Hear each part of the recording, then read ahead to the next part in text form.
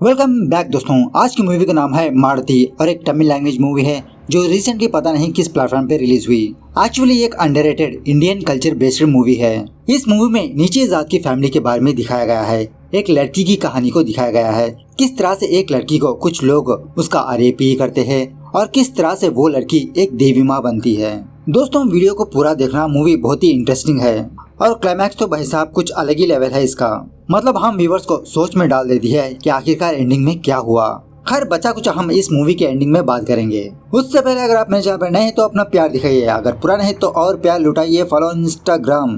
Movie की starting में ही एक छोटे से मैसेज को दिखाया जाता है और इसका मतलब ये है कि हमारे इंडिया के छोटे छोटे गाँव में छोटे छोटे मंदिर होते हैं और वो गाँव वाले उसी देवी की पूजा पाठ करते रहते हैं। ऐसी हर एक देवी की अपनी एक अलग कहानी होती है, इसीलिए इस मूवी का टैग ही यही है, मारुति एन अनफेरी टेल। खैर दूसरे सीन में एक न्यूली मैरिड कपल को दिखाया जाता है जो फिलहाल ये दोनों अपने स्कूटर पे मारुति टेम्पल जा रहे होते हैं और इसी बातों ही बातों में लड़की के माथे पर जो कुमकुम होता है वो कुमकुम उसके हस्बैंड के शर्ट के ऊपर लग जाता है, एक धब्बा लग जाता है। इस तरह से ये दोनों मजाक करते हुए मारुति टेम्पल जा रहे होते हैं। थोड़ी दूर आने के बाद वो लड़की अपने पति से गाड़ी रोकने के लिए कहती है। जब वो बंदा अपनी गाड़ी रोकता है तो वो लड़की जंगल में पौधों के अंदर जाने लगती है।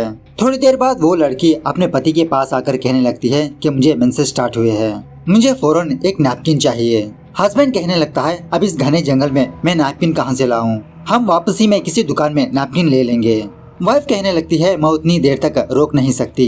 हस्बैंड कहने लगता है क्या मैं अपनी धोती फाड़ के दूं? वाइफ कहने लगती है नहीं ये तो नई धोती है। हस्बैंड सोचने लगता है अब इस घने जंगल में नैपकिन कपड़ा कहाँ से ढूंढूं मैं। और तभी इन दोनों को दूर पर एक छोटी सी झोपड़ी नजर आती है। इसे देखने के बाद हस्बैंड अपनी वाइफ से कहने लगता है तुम यहीं पर रुको, मैं उस झोपड़ी में जाकर कुछ कपड़ा वगैरह लाता हूँ।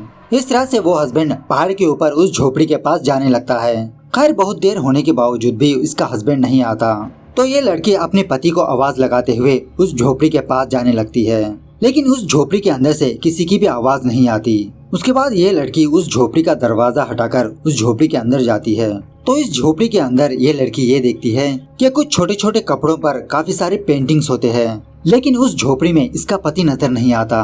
तभी वहाँ पर एक छोटा सा लड़का आता है और इस लड़की को आवाज देता है दीदी। मतलब थोड़ी देर पहले इस झोपड़ी में कोई भी नहीं था और विदिन सेकंड्स में एक लड़का वहाँ पर प्रकट होता है और ये लड़की इस बच्चे को अपने पति के बारे में बताने लगती है कि मैं यहाँ पर मेरे पति को ढूंढते हुए आई हूँ, वो यही कहीं पर है, मेरे साथ मजाक कर रहा है। तो वो बच्चा इस लड़की से पूछने लगता है दीदी क्या आप पानी पियोगे? लड़की कहने लगती है हाँ थोड़ा दो।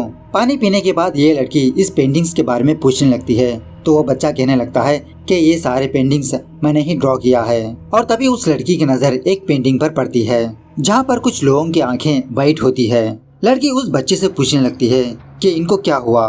बच्चा कहने लगता है ये अंधे लोग हैं दीदी। लड़की पूछने लगती है ऐसा क्यों? बच्चा कहने लगता है इसके बारे में बहुत ही लंबी कहानी है दीदी, ये सारे पेंटिंग्स उसी कहानी के रिलेटेड है और ये अंधे लोगों की पेंटिंग इस कहानी का एंड है। ऐसा कहते हुए वो बच्चा उस लड़की का हाथ पकड़कर इस कहानी को सुनाने लगता है।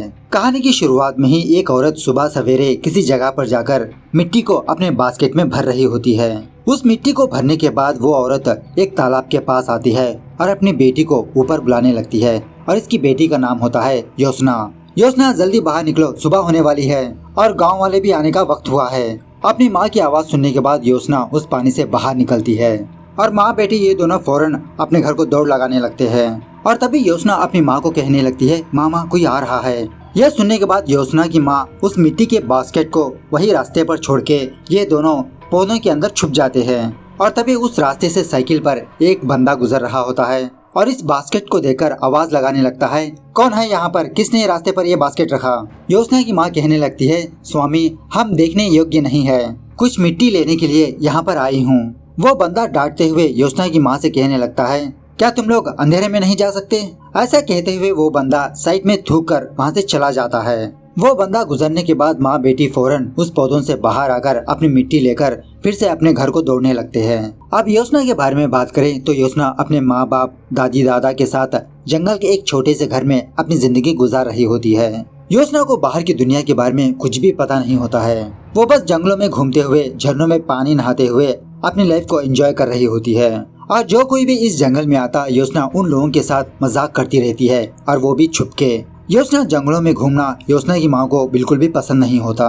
योशना की माँ योशना के हस्बैंड से कहने लगती है, क्या किस्मत है हमारी जो हम इस नीची जात में पैदा हुए। मैं हर रोज योशना को बचाने में लगी रहती हूँ और वो मेरी बात एक भी नहीं सुनती।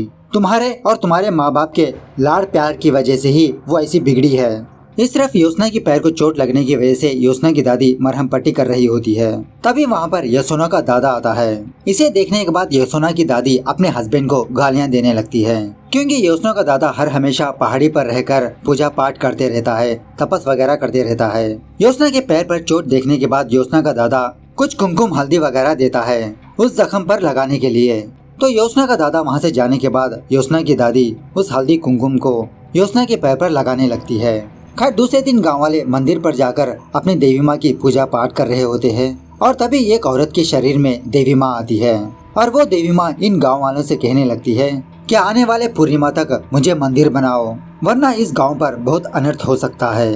पुजारी और सारे गांव वाले उस देवी माँ को हाँ कहकर उस देवी माँ को शांत कर देते हैं और ये सारी चीजें योशना एक पहाड़ी पर खड़े रहकर देख रही होती है।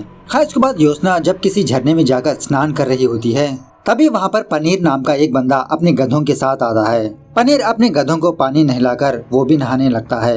योशना दूर से पनीर को देखने लगती है और उसे पहली नजर में ही प्यार हो जाता है। पनीर जाने तक योशना पनीर को देखती ही रहती है। खैर इस तरफ योशना का फादर किसी के लिए कब्र खोद रहा होता है और जब गांव वाले उस लाश को यहाँ पर ला रहे होते हैं, योशना का फादर फौरन एक पत्थर के पीछे छुप जाता है। मतलब नीची जात के लोग ऊंची जात के लोगों से आँख में आँख डालकर नहीं देख सकते। खैर गांव वाले उस लाश को दफनाने के बाद वो लोग योशना के फादर के लिए कुछ मैले कपड़े, एक दारू की बोतल और कुछ पैसे वगैरह वहाँ पर रख के चले जाते हैं। मतलब योशना का फादर का यही काम होता है। खैर दूसरे दिन रात योशना की माँ योशना को कुछ काम बोलती है, लेकिन योशना उस काम को नहीं करती, जिसकी वजह से योशना की माँ योशना को बहुत डांटने लगती है। अपनी माँ की डांट सुनने के बाद योशना रोती हुई बैठ जाती है और अपनी माँ से पूछने लगती है, माँ क्या मैं तुम्हारी बेटी नहीं हूँ? क्या मैं तुम्हारी कोख से पैदा नहीं हुई? क्यों मुझे हर हमेशा डांटती रहती हो? यह सुनने के बाद योशना की माँ फौरन योशना के पास आकर कहने लगती है, ऐसा नहीं है मेरी बच्ची, मैं क्यों तुम पर गुस्सा होंगी? अगर तुम इस तरह से जंगलों में घूमती रहोगी तो कौन तुमसे शादी करेगा? तुम इतनी सुंदर हो और तुम हमारे घर में पैदा होना एक पाप है। जब तुम पैदा हुई थी कुछ लोगों ने कहा कि तुम्हें मार दे। योशना पूछने लगती है, क्यों माँ? योशना की माँ कहने लगती है, क्योंकि तुम लड़की हो बेटा, ये इंसानी जानवर हमें चैन से जीने नहीं देंगे, इस बात को तुम समझ जाओ बेटा। उसके बाद योशना अपनी माँ से यह सवाल पूछने लगती है, माँ क्या हमारे कोई रिश्तेदार नहीं है? कोई भी हमारे घर क्यों नहीं आता माँ? उसकी माँ कहने लगती है, गांव में हमारे कुछ रिश्तेदार है बेटा, लेकिन जब किसी की मौत हो जाए तभी हमें परमिशन है उस गांव में जाने की। योशना अपनी माँ से कहने लगती है, क्या हम एक बार उस नदी के पार हमारे रिश्तेदार के घर जा सकते हैं? और तभी उसी वक्त योशना का फादर कुछ राशन लेके आता है। ये राशन देखकर योशना की माँ योशना के फादर से कहने लगती है, ये क्या इस साल ये गाँव वाले बस इतना ही राशन दिया? क्या अगले साल हमको ये भी नहीं मिलेगा? क्या जिंदगी है हमारी? खैर दूसरे दिन योशना मछलियाँ पकड़ने के लिए जब जंगल में होती है तो उसी जंगल में योशना को पनीर का खोया हुआ एक गधा मिलता है। मतलब पिछली बार पनीर ने अपने गधों को यहाँ पर लाया था और ये गधे का बच्चा अपने झुंड से जुदा हो गया। तो योशना इस गधे के बच्चे को देखकर पहचान लेती है और इसे अपने घर ले जाकर खाना वगैरह खिलाने लगती है। दूसरे दिन योशना के माँ बाप कपड़े धोने के लिए नदी के पास जा रहे होते हैं और उसी रास्ते पर कुछ गांव वाले बैठे हुए रहते हैं शराब पीते हुए। वो गांव वाले योशना के फादर को शराब पीने के लिए बुलाते हैं, इसे बहुत शराब पिलाते हैं और उस गांव वाले में से एक बंदा योशना की माँ के पास जाकर उसका बलात्कार करता है। दूसरे दिन योशना किसी पहाड़ी पे चढ़कर पनीर का इंतजार करती रहती है। थोड़ी देर बाद पनीर अपने गधों के साथ उस रास्ते से गुजर रहा होता है। ये देखकर योशना उस गधे के बच्चे को लाकर उस रास्ते पर छोड़ देती है। इस तरह से पनीर का वो गधा मिल जाता है। उसके बाद पनीर और उसके दोस्त झरने में स्नान करने लगते हैं। स्नान करने के बाद जब पनीर पानी से बाहर आता है तो बाहर इसका शर्ट नहीं होता। पनीर अपने शर्ट को इधर उधर ढूंढने लगता है, लेकिन इसका शर्ट कहीं पर भी नहीं मिलता। पनीर के शर्ट को चुराने वाली और कोई नहीं योशना होती है। योशना पनीर के शर्ट को पहनकर खुशी के मारे झूम रही होती है और तभी उस रास्ते से योशना का दादा गुजर रहा होता है और इसका दादा योशना को रोककर ये कहने लगता है, माता मारती। योशना अपने दादा से कहने लगती है, दादा मेरा नाम मारती नहीं है, मेरा नाम योशना है। लेकिन योशना का दादा यही नाम बोलते हुए अपने हाथ जोड़कर योशना के पैरों के नीचे गिर जाता है। योशना को कुछ भी समझ में नहीं आता, वो वहाँ से चली जाती है। इस तरफ गांव में मंदिर बनाने के लिए उस गांव वाले कुछ चंदा वगैरह दिया हुआ रहता है। गांव का मुखिया गांव वाले के नाम पढ़ने लगता है कि किसने कितने पैसे दिए, और तभी पनीर उस मुखिया से कहने लगता है, साहब 2 लोगों ने 100 रुपए दिया है, लेकिन आपने 50 रुपए कहकर ही पड़ा है। मैंने खुद वो 100 रुपए लक्ष्मण को दिया था। मुखिया यही बात लक्ष्मण से पूछने लगता है। लक्ष्मण मुखिया से कहने लगता है, साहब जो पैसे मुझे पनीर ने दिया मैं उसी तरह से वहाँ पर लिखा। इस तरह से यहाँ पर पनीर और लक्ष्मण के बीच झगड़ा होने लगता है। ये देखकर मुखिया इन दोनों को डांटने लगता है, तुम्हारी हिम्मत कैसे हुई, तुम दोनों मेरे सामने लड़ने झगड़ने लगे, और इन दोनों को 50-50 रुपए पेनाल्टी भरने का सजा देता है। उसके बाद गाँव वाले एक पहाड़ी पर जाकर एक पत्थर को सेलेक्ट करते हैं देवी माँ की मूर्ति बनाने के लिए, और वो गाँव वाले उस पत्थर को पूजा पाठ करके अपने गाँव ले जाने लगते हैं। इस तरह से मंदिर का काम फटाफट से शुरू हो जाता है। खैर कुछ दिनों बाद मंदिर बन जाती है। सारे गांव वाले उस मंदिर के पास जाने लगते हैं, मतलब एक फंक्शन सा होने लगता है। पहाड़ी पर रहकर ये सारी चीजें योजना देख रही होती है।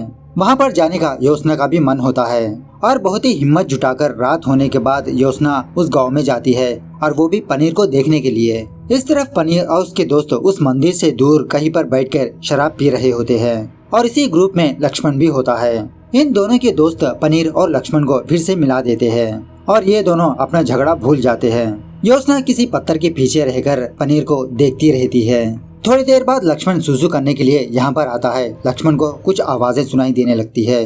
जब लक्ष्मण अपनी टॉर्च लाइट ऑन करता है तो वहाँ पर योजना होती है। लक्ष्मण को देखते ही योजना फौरन अपना मुंह छुपा लेती है और लक्ष्मण से कहने लगती है, स्वामी हम देखने योग्य नहीं है। और योजना अपने माँ बाप के बारे में लक्ष्मण को बताने लगती है। इसके बारे में सुनने के बाद लक्ष्मण योजना को पहचान लेता है, और तभी लक्ष्मण योजना के पास पनीर का शर्ट देखता है। मतलब योजना पनीर का शर्ट वापस देने के लिए यहाँ पर आई हुई रहती है, लेकिन लक्ष्मण योजना को चोर कहते हुए उसका बलात्कार करता है।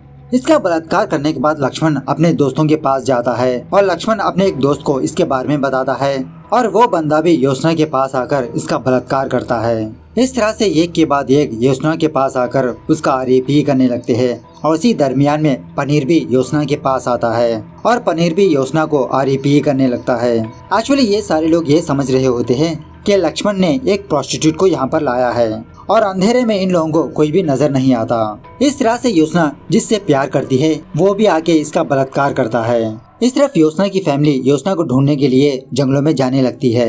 योजना को ढूंढते ढूंढते योजना का फादर इसके फादर के पास आता है।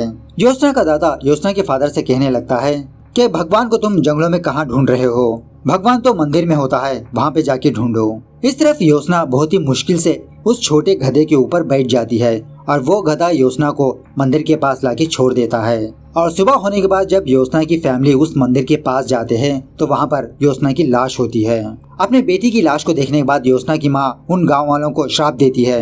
वो गाँव वाले उल्टा योजना की फैमिली पर ब्लेम करने लगते हैं कि तुम लोग देखने योग्य नहीं हो, तुम लोगों की हिम्मत कैसे हुई गाँव में आने की। ऐसा कहते हुए वो सारे गाँव वाले योजना की फैमिली पर पत्थर फेंकने लगते हैं। योजना का फादर योजना की लाश को अपने कंधे पर उठाकर अपने घर जाने लगता है। ऐसा होने के कुछ दिनों बाद उस गांव में 1 हफ्ते तक लगातार बारिश होने लगी। उस बारिश की वजह से गांव वालों के घर तहस महस होने लगे, और उसी तरह वो मंदिर भी टूट गया। लेकिन देवी माँ की मूर्ति को कुछ भी नहीं हुआ, और यह बच्चा इस लड़की से कहने लगता है, लेकिन उस देवी माँ का चेहरा बदल गया। लड़की उस बच्चे से पूछने लगती है, क्या उस देवी का चेहरा योजना में बदल गया? वो बच्चा कहने लगता है, हाँ दीदी, अब जो माराती में देवी है वो और कोई नहीं, योजना ही है। वो लड़की उस बच्चे से इस पेंटिंग के बारे में पूछने लगती है, तो वो बच्चा इस लड़की को बताने लगता है कि योजना के साथ ऐसा होने के बाद वो सारे गांव वाले अंधे हो गए दीदी, और तभी उन्हीं पेंटिंग में वो लड़की अपने पति को देखती है, और उसके शर्ट के पीछे वो कुमकुम लगा होता है, जो रास्ते में आते समय इस लड़की का कुमकुम उसके हस्बैंड के ऊपर लगा था, और वो कुमकुम छीने पर वो कुमकुम फ्रेश होता है। ये देखकर इस लड़की के तो होश उड़ जाते हैं। उसके बाद वो बच्चा इस लड़की को एक नैपकिन देता है। वो लड़की फौरन उस झोपड़ी से बाहर निकलकर वहाँ से जाने लगती है, और जब कैमरा फिर से उस झोपड़ी पर शिफ्ट होता है तो वहाँ पर ना कोई झोपड़ी होती है, ना ही वो बच्चा, वहाँ पर सिर्फ योसोना होती है। इस तरह से ये मूवी यहाँ पर दी एंड होती है। अब मूवी के एंडिंग के बारे में बात करें तो जस्ट ए फेरी टेल, मतलब योजना खुद एक बच्चे का रूप लेकर उस लड़की को अपनी कहानी सुनाई। अब उस लड़की का पति कहाँ पर गया ये एक मिस्ट्री है। ऑफकोर्स देवी माँ है, ऐसे कैसे मासूम लोगों को मार सकती है। शायद उस लड़की के पति ने कुछ गलत काम किया होगा, और योजना मतलब मारती अपने मंदिर में एंटर ना होने के लिए उस बंदे को कहीं पर भेज दिया। मतलब उस बंदे को अपने मंदिर में एंटर होने की परमिशन नहीं दी। एक्चुअली हमारे शहर से 200 किलोमीटर की दूरी पर एक छोटा सा गांव है और उस गांव के पहाड़ी पर एक देवी माँ का मंदिर है और उस देवी माँ की भी कुछ ऐसी ही स्टोरी है। मतलब कुछ लोगों ने एक लड़की का बलात्कार करने की कोशिश की तो वो लड़की अपनी इज्जत बचाने के लिए 2 बड़े से पत्थर के अंदर चली गई और उस 2 पत्थर के बीच एक साड़ी अटक गई और कुछ स्टोरी है वहाँ पर। सो लोग उस साड़ी की पूजा पाठ करते रहते हैं, वहाँ पर जाके मन्नतें मांगते रहते हैं। सच में इंडिया में ऐसे काफी सारे मंदिर है जो उन देवताओं की अलग अलग कहानी है। तो मूवी कैसी लगी कमेंट करके बताना जरूर। मिलते हैं अगले वीडियो में, तब तक take care, bye bye, see you soon.